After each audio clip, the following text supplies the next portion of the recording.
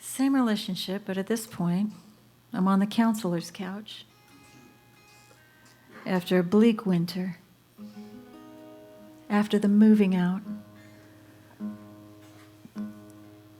By the way, after I moved out, I didn't finish any more of those songs. I could only write songs in chaos, apparently. As soon as I moved out and everything calmed down and I got my own little place all by myself, me and my kitty, no more songs. Very interesting.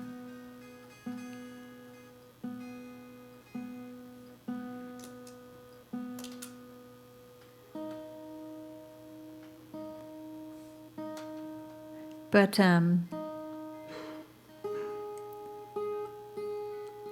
this was the song. This was the very first song I wrote for this project, and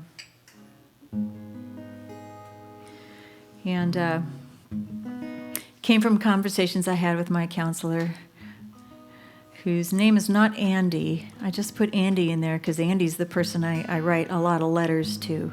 And Andy's the kind of person I would tell this sort of song to, but the conversations really were with the Rick. That was my counselor, a fine fellow who I found online, like you do when you're down low. You go online, you're like, help, help me in Greenfield, please. And Psychology Today is wonderful for this. I don't know if you've had the opportunity or the need, but Psychology Today has a nationwide listing of counselors, and you just type in your zip code and all their happy faces pop up. And that was actually part of the trouble. I had a hard time choosing a counselor because they all looked so happy. And I knew that the distance from their happiness to my current position was far too great. It would take far too long. And I needed someone to sort of meet me a little closer to where I was at. And so I found a rather somber-looking fellow in a baseball cap that sort of shielded his eyes. He was older, an older guy. He had been a minister at one point, and now he was practicing Buddhism. And I thought, that's the guy for me right there. That sort of not sour-looking fellow, but slightly stern-looking fellow. That's the guy. That's the guy for me. And so I went to see him, and I told him of my woe, and then remembered at the end of the appointment that I would need to pay him. All I knew about our situation was that he didn't accept my insurance, but he never really said how much it was going to be. I had $80 in my pocket, and I was just praying that would be enough. $80 cash. And so at the end of my, falling out and my tears, using up a box of Kleenex and all of that drama, it occurred to me to ask, how much? How much?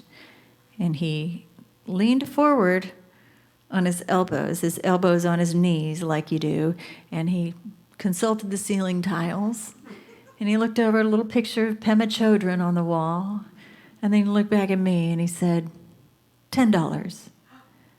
Yeah, that's what I did. I was like, and then I went into coach the psychologist mode. I was like, now, Rick, you can't charge $10. That's not enough. I said, and he's like, nope, $10, I'm sticking to it. I'm like, come on, man, I'm not a charity case. I have money. This is all my money, but I have some. And he's like, no, $10, and I'll see you in 3 days, because I really was down. I was really down. And so I trudged back through the snow to see the Rick. I walked my mile, because back then I was trying to do everything the hard way. Walked my mile through the snow to see the Rick, and I fell out for an hour, or maybe it was an hour and a half. He always gave me a little extra time, and then I remembered again, at the end, I was going to have to pay him, and so I said, how much? I had $70 in my pocket.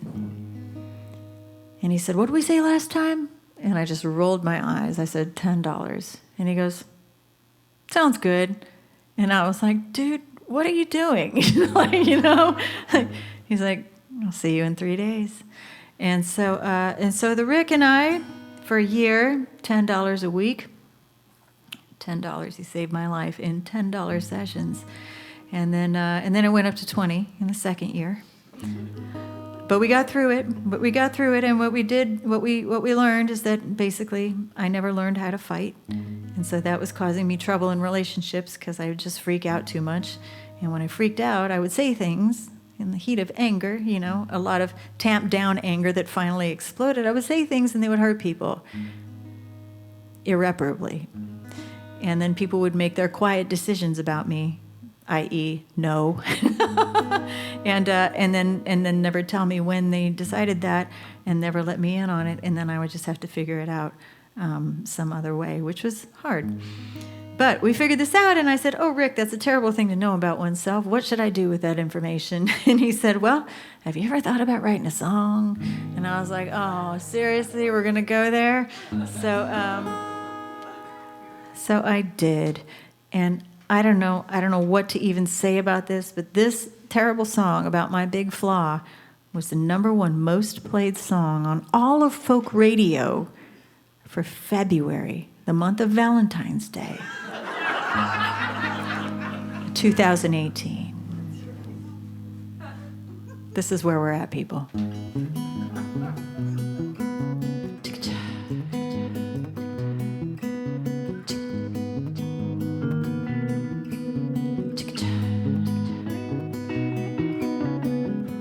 Andy, I'm afraid I don't know what I'm made of anymore. Can't make sense of all these shatterlings upon the bedroom floor. There'd be no sleeping here, just blurs of sorrow through the open door. Should've warned those boys about me, should've warned those boys. I never mean to, but somehow I always spill the loving cup. It's in some passionate exchange, it's in the way I don't let up. Cannot trust myself in love, seems I always fuck it up. Better warn those boys about me, better warn those boys. 'Cause I bruise them, everyone. There's a hole in the palm of my love. I cut them, they run through the hole in the palm of my love.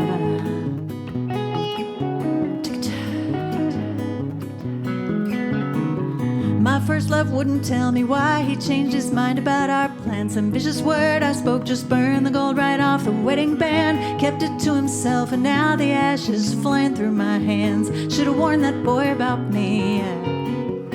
And Andy, I'm afraid this story's gonna play out like the rest. I'll take this broken bird and hold him to my hopeful heaving chest. Sing the mountain down while God remains oblique and unimpressed. Should've warned that boy about me, as I bruise them, everyone. There's a hole in the palm of my love. I cut them, they run through the hole in the palm of my love.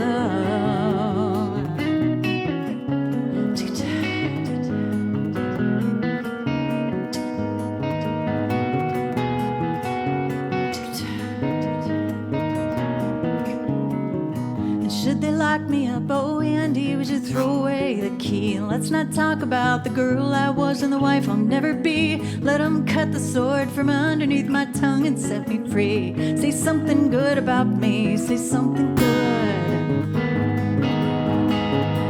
Though I bruise them, everyone, there's a hole in the palm of my love. I cut them, they run through the hole in the palm of my love. There's a sword under my tongue and a hole in the palm of my love.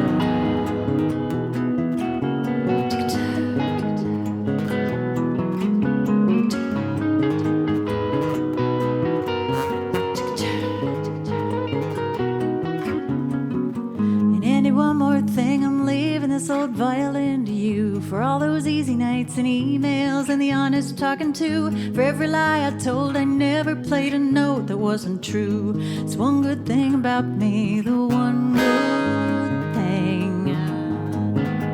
'Cause I bruise them, everyone.